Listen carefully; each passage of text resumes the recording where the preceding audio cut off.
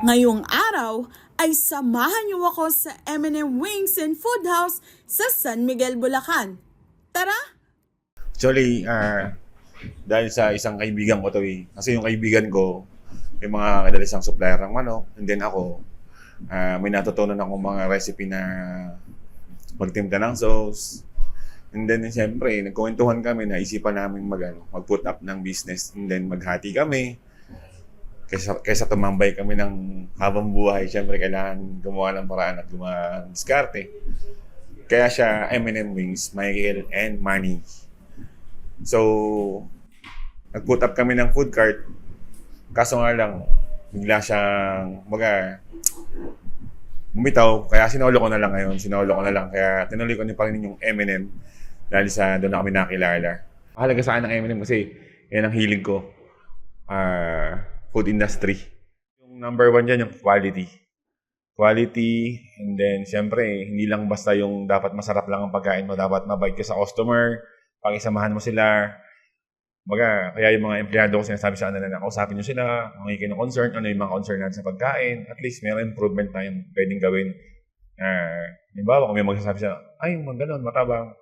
Siyempre, mas okay yung tinatanong natin para just in case na bumalik sila, ma-improve natin yung pagkain. Silipin naman natin kung paano nila niluluto ang isa sa mga pinakapatok nilang dish, ang cheesy baked bangus.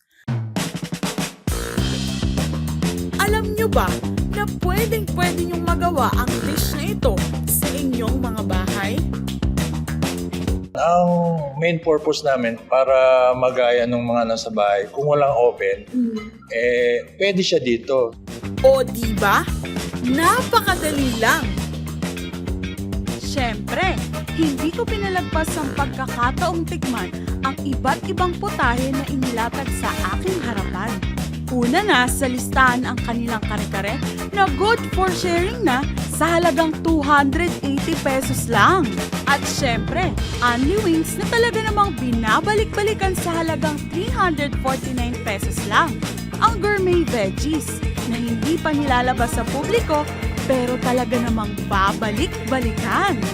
At ang kanina ko pa sinisipat na cheesy baked bangus na 280 pesos lang, busog na ang isang pamilya. Kung naghahanap ka naman ng something new to your mouth, narito ang kanilang sizzling tofu alamax for only 139 pesos. Narito naman ang baby back ribs na hindi ka bibiguin dahil 195 pesos lang. Masarap pa! Ito ang halo-halo para sa'yo. For only 110 pesos ay tiyak craving satisfied ka na.